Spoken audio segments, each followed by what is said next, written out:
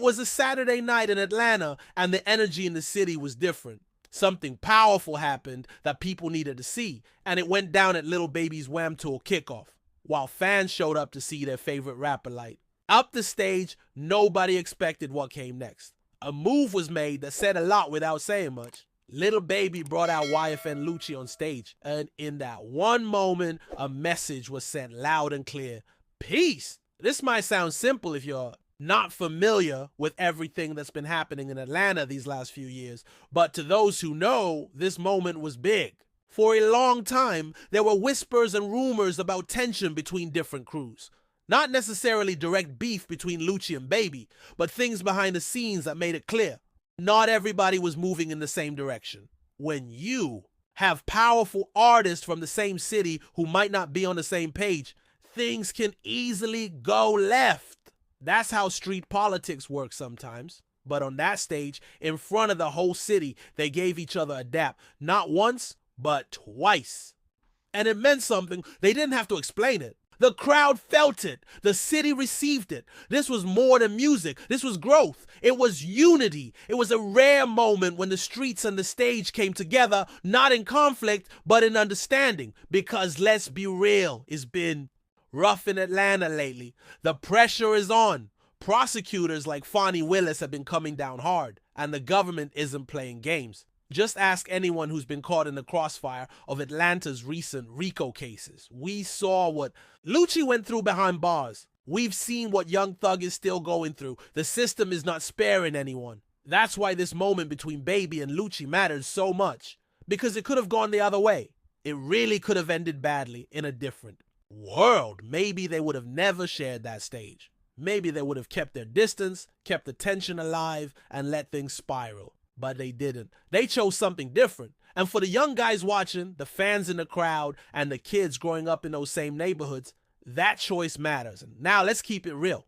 Nobody's saying you have to be best friends with someone you had problems with. Nobody's saying everything has to be perfect, but there's power in saying, yo, we good. Or even just where we're not at war. Sometimes that's all it takes to stop a cycle from continuing. You don't have to chill together. You don't have to post pictures online or do songs, but just letting it be known that it's peace, that's enough.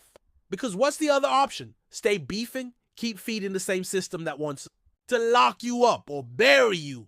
When Lucci and Baby stood together, that's what they were pushing back against. And even though Thug and Lucci might not ever see eye to eye, and they might never share that type of moment, that's their business. But for everybody else watching from the outside, especially the next generation, what Baby and Lucci did was an example. It's that we're not going to keep doing the same thing over and over again. Because if we do, we already know how it ends. Either a cage or a casket. That's the reality for a lot of young black men coming up in the game right now. Either you make it out and figure out how to build something real, or you get caught up in something that'll destroy everything you worked for. It's either the music or the madness. And when you've got talent, real talent, it's not worth losing it over old beef or street drama. That's not where the legacy should end. And these dudes are talented. That's the part that makes it even more serious. Lucci dropped a track a few weeks ago, January 31st, and it's still spinning heavy in the streets. People in Houston are bumping it.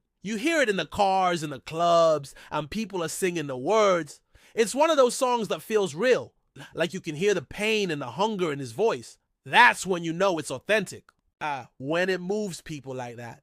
Lil Baby, of course, has been going crazy. He doesn't stop. Even after all the success or the hits or the big shows, he still keeps the same energy. Every time he drops, the city listens. He's consistent, and he knows how to stay hot without losing himself. That's rare. A lot of rappers fade after a few years. They get lazy. They chase the fame instead of the purpose. But not Baby. He's still pushing forward. And Thug? We don't even have to say much. Everybody's waiting to see what happens with him. People are praying, hoping he gets another shot. The music will always be there. Thug's legacy is already locked in, but now it's about what happens next.